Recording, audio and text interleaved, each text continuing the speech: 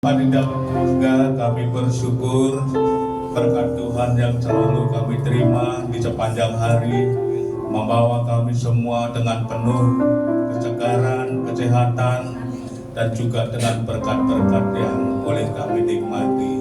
Terpujilah nama-Mu Tuhan Yesus Kristus. Engkau sangat baik, Engkau sungguh baik, Engkau selalu menolong kami, Engkau selalu melindungi kami, dan memberikan kekuatan di saat kami lemah, memberikan terobosan di saat kami susah, memberikan penghiburan di saat kami boleh lemah. Tuhan Yesus, saat ini juga kami berdoa, dalam ibadah kami boleh menyenangkan hati Tuhan lewat pujian, lewat penyembahan. Bahkan kami juga akan mendengar firman-Mu. Berkati kami semua Tuhan, yang penuh kelemahan ini biarlah Tuhan angkat kami untuk menjadi anak-anak-Mu yang luar biasa, yang dapat menikmati berkat dengan penuh damai sejahtera. Terpujilah nama-Mu Tuhan Yesus. Berkati kami semua, hingga kami saat pulang kami semua boleh diberkati Tuhan Yesus Kristus. Terpujilah nama-Mu Tuhan. Kami siap mendengar firman Tuhan, kami berdoa dalam nama Tuhan Yesus. Haleluya. Amin. Untuk kita nikmati bersama di sepanjang hidup kita. Puji Tuhan, Bapak Ibu Saudara, kita melihat bahwa dunia ini sedang mengecam dalam tahun 2025, bahwa orang dunia berkata 2025 ini adalah tahun penuh bencana. Nah, ya, tahun penuh bencana, ada banjir bandang, ada badai, ada gosip-gosip COVID kembali, saudara. Nah, ini orang dunia mengatakan hal seperti ini karena memang orang dunia selalu berpikir secara logis, dan juga dia akan mempercayai apa yang terjadi di tahun-tahun yang sesuai dengan bukti dan penelitian. Nah, Bapak Ibu Saudara, tetapi kita sebagai anak Tuhan harus berbeda, karena kita bukan berasal dari dunia ini. Bapak Ibu Saudara, amin. Bapak Ibu Saudara ini berasal dari mana? Ya memang ada yang dari Jakir, ada yang dari Manuan, ada yang dari Mataram, ya saudara. Tetapi kita semuanya secara rohani, kita bukan berasal dari dunia ini. Kita berasal dari surga, sama seperti Yesus, hanya numpang lewat untuk menebus dosa manusia, lalu dia kembali ke surga untuk menyiapkan tempat bae kone anak-anak emule, ya warisane wis ana kabeh. Dari situ kita harus punya cara pandang yang berbeda dari orang dunia maupun kita. Orang dunia berbeda dengan kita karena kita bukan orang keduniawian. Ya Bapak Ibu, kita adalah orang rohani yang harus membedakan mana yang baik, mana yang sempurna, dan mana yang berkenan di hadapan Tuhan. Ya Bapak Ibu Saudara. Jadi inilah Bapak Ibu Saudara, saya rindu kita semuanya boleh mengerti dalam setiap apa yang menjadi cara pandang kita yang berbeda dengan cara pandang duniawi. Kalau dunia boleh berkata ada bencana, ya saudara, cara pandang kita harus baik. Walaupun ada bencana sekalipun, kita masih dalam perlindungan Tuhan. Amin. Nah, orang dunia berkata nanti akan ada banjir bandang. Walaupun ada banjir bandang sekalipun, menerpa rumah kita, ya membawa arus dalam rumah kita sehingga kebanjiran, dan cara pandang kita, Tuhan masih melindungi kita, ya, saudara. Jadi beda, Bapak Ibu Saudara. Jadi kita mesti harus percaya bahwa kita yang di dalam Tuhan ini adalah orang-orang yang diperlakukan Tuhan secara spesial, Bapak Ibu. Namun apa yang harus kita lakukan selama kita dengan cara pandang Tuhan, ya, selama kita dengan cara pandang rohani, tapi apa yang harus kita lakukan? Tapi kita juga nggak boleh seenaknya aja, karena kita berasal dari surga, lalu kita menyerupai dunia. Firman Tuhan berkata apa? Berkata apa? Jangan menjadi serupa dengan dunia ini, ya. Nah, Tuhan tegur kita, jangan menjadi serupa dengan dunia ini. Kenapa Tuhan tegur kita demikian? Karena kita memang bukan berasal dari dunia ini. Jangan sampai kita yang sudah dipilih sejak dari kandungan ibu kita, saudara, sudah dipilih lalu sudah diselamatkan, kita sudah percaya, kita tergolong dari orang-orang surgawi, kita justru malah merupakan hidup yang menjadi keduniawian ini, menyerupai dunia ini. Nah, ini yang nggak boleh, Bapak Ibu ya. Jadi terkadang itu lupa, yang selalu kita lakukan itu adalah sesuatu yang duniawi. Nah, tetapi Bapak Ibu Saudara, saya rindu kita semuanya boleh mengalami suatu kebaikan Tuhan terus menerus, karena Tuhan selalu berjanji untuk kita. Barang siapa yang menjadi anak-anaknya, ia akan dilindungi, ia akan diberkati, ia akan diberi kesehatan, dijauhkan dari malapetaka. Kan begitu. Rencana Tuhan bagaimana? Rencana Tuhan apakah mendatangkan malapetaka? Tidak. Rencana Yesus apakah mendatangkan kecelakaan? Tidak. Rencana Tuhan apakah mendatangkan cabut nyawa? Tidak. Tetapi saudara, rencana Tuhan itu adalah apa? Baik adanya. Saudara, mendatangkan damai sejahtera, ya kan? Mendatangkan sukacita. Sekarang ada sebuah perbedaan. Iblis dan Tuhan kalau datang sama-sama, saudara, perbedaannya apa? Dalam Yohanes 10 ayat yang ke-10 di sana dikatakan apa, Bapak Ibu? Ya. Yohanes 10 ayat 10. Kalau iblis datang sebagai pembunuh, ya kan? Iblis datang sebagai pembunuh, pembinasa. Tetapi Yesus katakan, aku datang untuk memberikan apa? Untuk memberikan. Nah, pencuri datang hanya untuk mencuri, membunuh, dan membinasakan ini.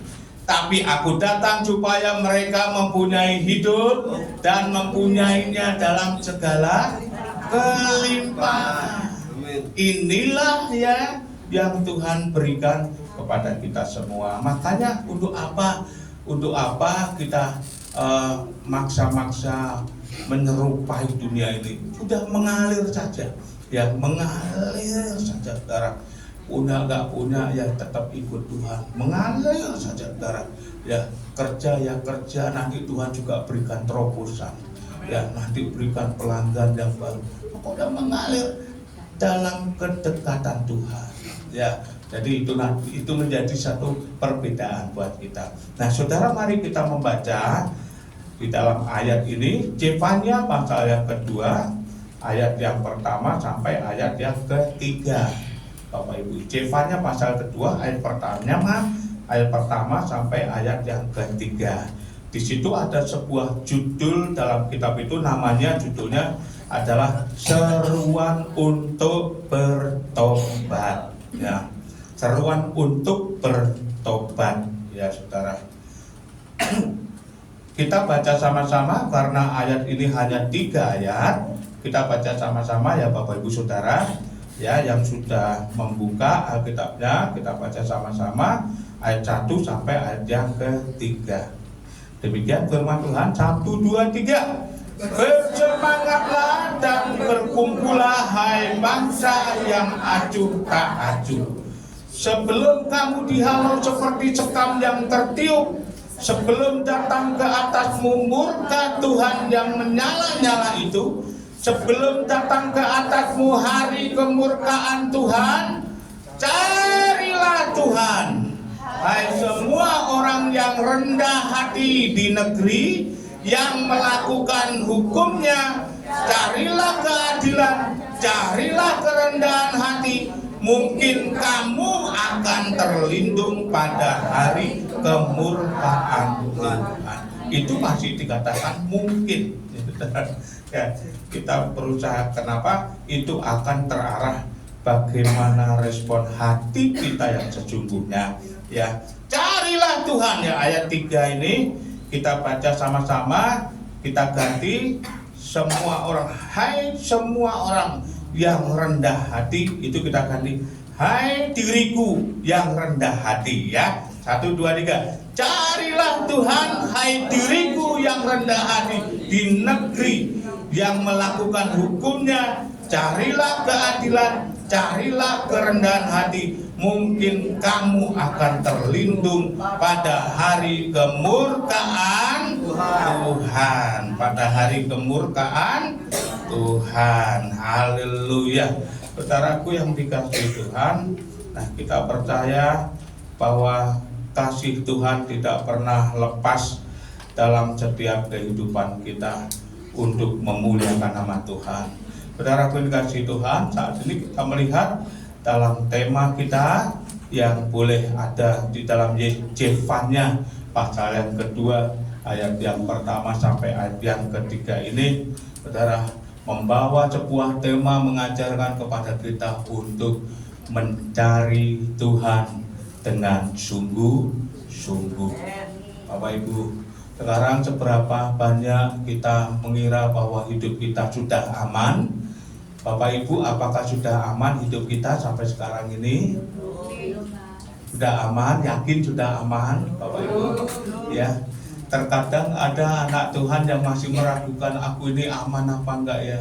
Jangan-jangan nanti ada kecelakaan di depan, nanti juga jangan-jangan nanti aku pulang dari gereja ketabrak becak. Itu masih ada, Bapak Ibu ya. Itu masih ada pikiran-pikiran yang takut untuk kecelakaan, untuk mati, untuk apa, itu masih ada, Bapak Ibu. Nah, tetapi Bapak Ibu Saudara, tema ini membawa kita mari sungguh-sungguh untuk mencari Tuhan. Amin. Nah, Bapak Ibu Saudara, untuk mencari Tuhan, Yefanya 2 ayat yang pertama sampai yang ketiga ini, saudara, ini menjelaskan tentang seruan untuk bertobat terlebih dahulu. Bapak Ibu, dalam seruan untuk bertobat ini, pasal kedua ayat yang pertama ini bersemangat dan berkumpul bangsa yang acuh tak acuh, ya, bangsa yang acuh tak acuh. Lalu juga pasal 2 ayat 2 itu, sebelum kamu dihalau seperti sekam yang tertiup, sebelum datang ke atasmu murka Tuhan yang menyala, ya, sebelum datang ke atasmu hari kemurkaan Tuhan. Nah, dan yang ketiga, dalam seruan untuk bertobat ini, saudara, dianjurkan untuk cari Tuhan. Hai semua orang yang rendah hati di negeri yang melakukan hukumnya, carilah Tuhan, carilah kerendahan hati. Mungkin kamu akan terlindung pada hari kemurkaan Tuhan. Kita melihat bahwa ada latar belakang dalam kitab ini, saudara. Dalam latar belakang ini di pasal yang kedua ini adalah ayat itu ditulis di tahun 627 sebelum Masehi. Nah, 627 sebelum Masehi ini adalah bangsa yang sedang dipimpin oleh Raja Yosia. Siapa Raja Yosia? Raja yang takut akan Tuhan. Tapi sebelumnya ada raja yang jahat di mata Tuhan. Walaupun itu sudah menjadi pilihan bangsa Israel, tetapi kenyataannya akhirnya jahat. Lalu dibunuh oleh prajuritnya sendiri karena tidak takut akan Tuhan. Dan kemudian Tuhan menunjuk Yosia sebagai gantinya dan menjadi raja di atas bangsa Israel. Nah, Raja Yosia ini, dalam pemerintahan Raja Yosia ini adalah raja yang cinta Tuhan, ya. Dalam penata layanan di bait Allah Salomo itu selalu berjalan dengan baik, saudara, semenjak dipimpin Raja Yosia ini. Kenapa? Karena tidak ada lagi ilah-ilah lain yang membawa semua bangsa Israel untuk disembah. Hanya saja satu-satunya Tuhan yang diperkenalkan pada waktu itu, Adonai, ya, Adonai, lalu Elohim dan Yahweh, yang selalu diperkenalkan untuk disembah. Hanya Dia satu-satunya yang harus disembah. Sehingga pada waktu itu rakyat yang memiliki dewa, yang memiliki patung-patung, yang saat-saat mereka boleh menyembah patung itu, nah semua patung itu harus dibuang, dihancurkan, saudara. Nah, jadi akhirnya mengarah pada satu penata layanan yang boleh memuliakan Tuhan, menjadi murni untuk Tuhan. Dalam penyembahan, dalam tata ibadahnya, dalam bernyanyi, dalam mengutamakan, semuanya diarahkan untuk memprioritaskan Tuhan, Bapak Ibu. Jadi itulah pada saat itu Tuhan ingin supaya ada perubahan dalam bangsa itu, saudara ya. Nah, muncul seruan Allah supaya bangsa Yahudi itu bertobat. Bagaimana caranya? Nah, tahun 627 Allah memerintahkan Raja Yosia itu untuk membersihkan bait Allah dari sisa-sisa penyembahan berhala yang pada waktu itu dipimpin oleh raja yang jahat di mata Tuhan. Saudara, karena raja yang jahat itu memimpin, boleh bait Allah dipakai untuk penyembahan berhala, patung-patung dibawa semua ke bait Allah sehingga dipakai untuk menyembah. Nah, saudara, dan saat itu Tuhan ketika dalam pemerintahan Yosia semuanya dibersihkan, saudara, dari bait Allah Salomo itu, saudara. Dan saat-saat ada di mana dalam Yefanya 1 ayat 4 itu juga mengatakan dalam frase sisa-sisa bait itu tidak mengacu pada berhala fisik saja, saudara. Ternyata dalam sisa-sisa bait Allah itu tidak hanya mengacu pada berhala yang fisik. Walaupun berhala yang fisik itu sudah dimusnahkan, tetapi ada berhala-berhala satu ini non fisik, saudara. Nah, kalau berhala fisik itu berbicara tentang apa yang kelihatan, Bapak Ibu. Tetapi berhala non fisik itu berbicara tentang apa yang tidak kelihatan. Nah, contohnya di mana, Bapak Ibu saudara? Berhala yang non fisik ini. Kalau berhalanya fisik ini bisa pekerjaan bisa jadi berhala, Bapak Ibu. Ya, usaha bisa jadi berhala, keluarga bisa jadi berhala, suami istri bisa jadi berhala, anak-anak bisa jadi berhala, ya, uang bisa jadi berhala, sembako bisa jadi berhala, ya. Jadi semua bisa jadi berhala secara fisik kita lihat. Pokoknya berhala fisik ini apa yang terlihat dalam diri kita. Semenjak itu ketika kita memuliakan berhala-berhala ini lebih dari kita memuliakan Tuhan, itu namanya penyembahan berhala. Amin. Amin. Jadi nggak boleh, Bapak Ibu, walaupun punya harta banyak, kita mempermuliakan harta kita lebih dari Tuhan, itu nggak boleh. Ya. Nah, berhala non fisik itu juga berbicara. Ini juga sama dosanya dengan ketika kita menyembah berhala fisik. Berhala non fisik ini sama saja seperti apa, Bapak Ibu saudara? Kemuliaan, kehormatan, gila hormat itu berhala non fisik, saudara. Enggak terlihat, tetapi hari-harinya terus mencari kehormatan supaya kita dihormati, supaya kita dihargai, supaya kita ini disanjung, supaya kita ini ditinggikan, dimuliakan oleh manusia lebih dari Tuhan kita. Itu dosa, Bapak Ibu. Amin. Itu dosa dan itu tidak boleh terjadi di kalangan kita semua, Bapak Ibu. Ini sesuatu yang luar biasa, ya. 8 tahun kemudian 619 ya sebelum Masehi, Allah memerintahkan Raja Yosia untuk menyucikan bait Salomo itu, saudara. Nah, saudara, LAI, Lembaga Alkitab Indonesia, itu memberikan judul perikop seruan untuk bertobat. Nah, dalam satu unsur dosa yang cukup serius dilakukan suku Yehuda pada zaman itu adalah ketidakseriusan kepada Tuhan. Cari Tuhan itu nggak serius, saudara. Nah, ibadah nggak serius. Lalu juga kalau memuliakan Tuhan hanya sebatas ya memuliakan saja, nggak dengan segenap hati, nggak serius. Hidupnya dalam ibadah hanya rutinitas agamawi saja, saudara. Jadi mari kita juga merubah. Mungkin juga dalam kehidupan kita selama ini sama seperti apa yang terjadi pada bangsa Yahudi pada waktu itu. Dan Tuhan mau memusnahkan itu. saudara, karena ketidakseriusan itu, saudara. Nah, dalam ketidakseriusan ini, saudara, menjadi kegiatan agamawi dan rutinitas agamawi yang terjadi di gereja-gereja kita. Ya, sikap agamawi dan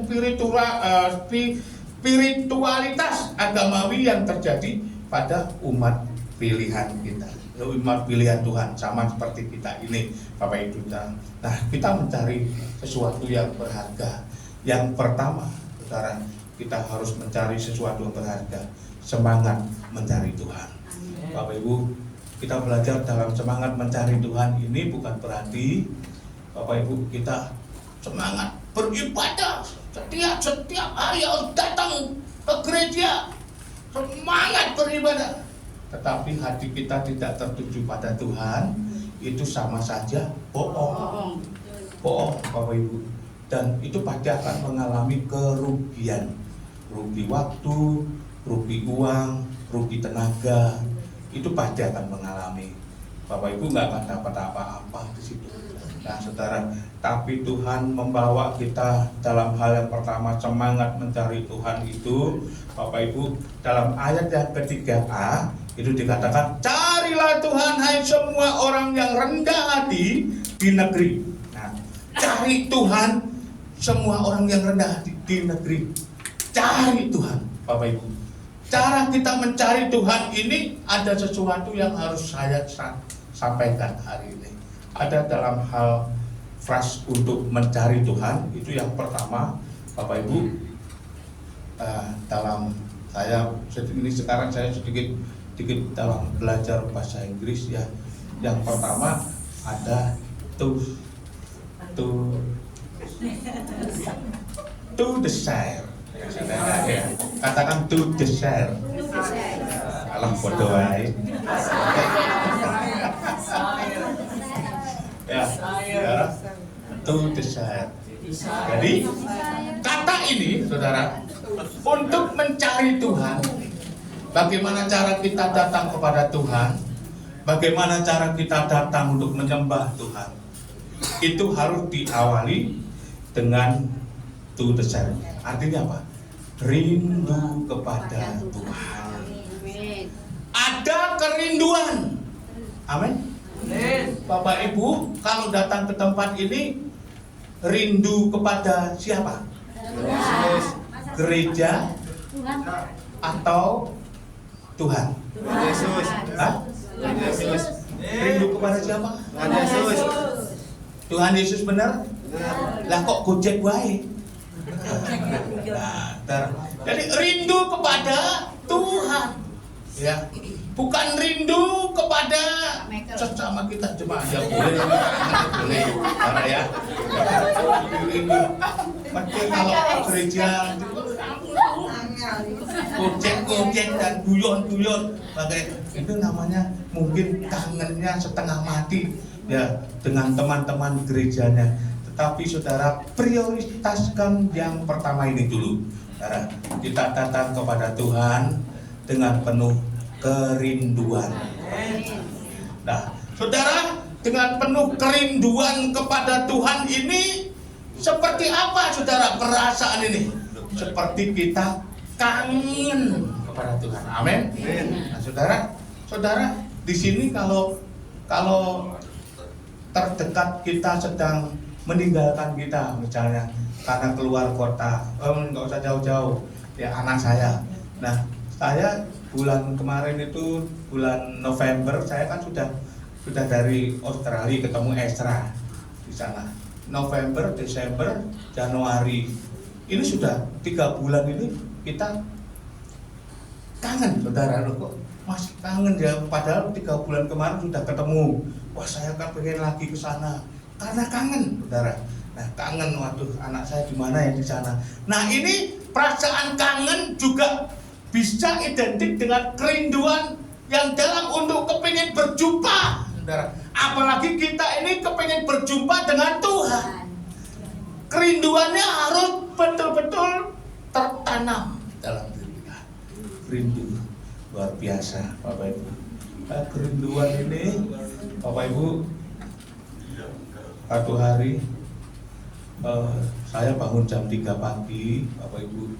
Lalu terbangun jam 3 pagi, lalu saya ke kamar mandi, sedikit ambil air, saya basuh mata saya, lalu saya kembali ke tempat tidur, saya duduk, saya mulai sedikit menyembah, mulai dari pelan-pelan menyembah. Tiba-tiba timbul rasa rindu kepada Tuhan. Ya, rindu Tuhan. Lama-lama semakin dekat Tuhan ini seperti mau memeluk saya. Karena kerinduan. Aduh, dari kerinduan itu saya merasa seperti didekat sama Tuhan. Saya menangis, saudara. Saya menangis, lalu saya juga merasa sukacita. Saya senang, saya penuh ayam damai sejahtera ada pada saya, saudara. Saya didekat, semakin didekat, seperti semakin erat gitu, saudara. Nah, kerinduan saya tercapai dan membuahkan kelegaan. Dalam hati saya lega, pikiran saya plong, saudara. Dan juga badan ini jadi seger. Saudara, betul, kalah obat. Ya, obat jamu mana aja kalah dengan ketetapan Tuhan. Nah, coba saudara rasakan, apalagi kita yang sudah tua-tua, saudara ya, umur kita tinggal berapa tahun lagi kita kan nggak tahu. Nah, saudara tetap laksanakan untuk mencari Tuhan dengan sungguh-sungguh, ya, dengan kerinduan yang dalam, ya, dengan kerinduan yang dalam supaya Bapak Ibu semuanya diberkati Tuhan dalam dengkapan Tuhan. Amin. Nah, kalau yang nggak biasa bangun pagi-pagi ya siang bolehlah datang kepada Tuhan, ya. Kalau nggak bisa siang ya malam datang kepada Tuhan dengan penuh kerinduan, ya saudara.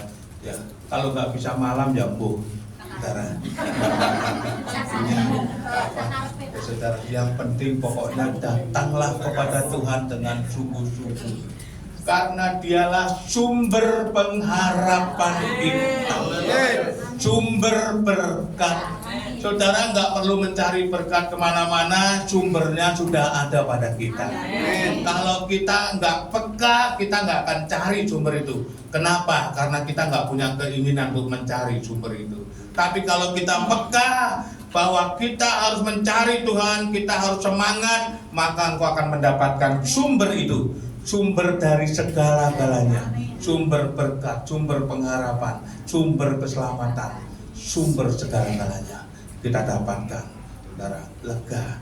Padahal pada waktu itu kepala saya pusing, migrain, saudara, lalu badan cenut-cenut, kaki kena asam urat, saudara. Mau bergerak nggak enak, tapi bangun pagi-pagi ini mungkin juga Tuhan mendekap saya itu semua. Pada waktu selesainya itu, saudara, saya mau ngantar anak saya turun, badan saya terasa enteng, saudara. Ya, damai sejahtera, sukacita. Waduh, saudara, ini pokoknya penuh sukacita, saudara. Ini bukan berbicara masalah kekurangan atau tidak kekurangan, saudara. Kekurangan atau tidak kekurangan itu bukan soal hubungan kita dengan Tuhan.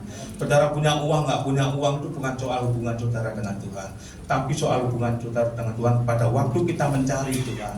Segala sesuatunya itu berbeda. Kita menemukan Tuhan sama seperti kita menemukan permata sak debuk bisa dijual bermiliar-miliar gitu, saudara. Itu contoh secara material. Nah, saudara, tapi kita percaya kalau orang yang mencari Tuhan dengan sungguh-sungguh, dengan kerinduan yang dalam, pasti dia akan menemukannya. Dia akan dekat, dia akan dipeluk, dia akan ditolong, dia diberi kelegaan dan penuh dengan damai sejahtera. Amin. Nah, semangat mencari Tuhan, hal yang kedua ini juga perlu saudara kita lakukan, yaitu kita harus memiliki selain kerinduan kepada Tuhan yang dalam, kita harus memiliki satu kemauan, yaitu kenapa kamu harus mencari Tuhan, semangat mencari Tuhan? Karena aku butuh Yesus. Amin. Karena aku butuh Yesus. Kenapa kamu mencari anakmu? Karena aku butuh duit. Kenapa kamu mencari suamimu? Karena aku butuh duit. Tapi kenapa kamu mencari Yesus? Karena aku butuh perlindungan. karena aku butuh kesembuhan, aku butuh damai sejahtera, sukacita. Ya, jadi saudara, semangat mencari Tuhan harus juga disertai dengan keinginan bahwa aku butuh Yesus. Amin. Saudara, jangan mencari ke gereja tapi nggak butuh Yesus, itu banyak. Mencari pekerjaan tapi nggak butuh Yesus juga banyak. Mencari pelayanan nggak butuh Yesus juga banyak, saudara. Itu tanpa disadari orang melayani Tuhan dalam hidupnya ternyata nggak butuh Yesus. Ternyata nggak ada Yesus, ternyata nggak ada penyertaan Tuhan. Itu banyak jemaat Tuhan yang ke gereja mencari beribadah, pengen ke gereja rutinitas agamawi, tapi hidupnya juga nggak butuh Yesus, itu juga banyak. Saudara, yang dinanti-nantikan hanyalah apa? Hanyalah berkat sembako, hanyalah berkat yang lain dan sebagainya, kesembuhan dan sebagainya. Itu salah, saudara. Yang utama dalam diri kita untuk beribadah karena kita butuh Yesus. Itu yang penting, saudara. Butuh Yesus. Ya. Nah, memang dalam kehidupan kita ini tidak boleh saling menyalahkan, ya, saudara, menyalahkan dalam kondisi dan sebagainya. Nah, ini ada satu lagu Imlek ini juga, saudara, juga bisa membuat kita, ya, hidup miskin jangan salahkan Tuhan, ya, saudara. Mau senang harus apa? Harus banting tulang. Mau senang ya harus banting tulang. Pokoknya semua jangan salahkan Yesus. Aku miskin karena Tuhan, aku nggak punya karena Tuhan, aku nggak bekerja karena Tuhan, itu salah, saudara. Ya.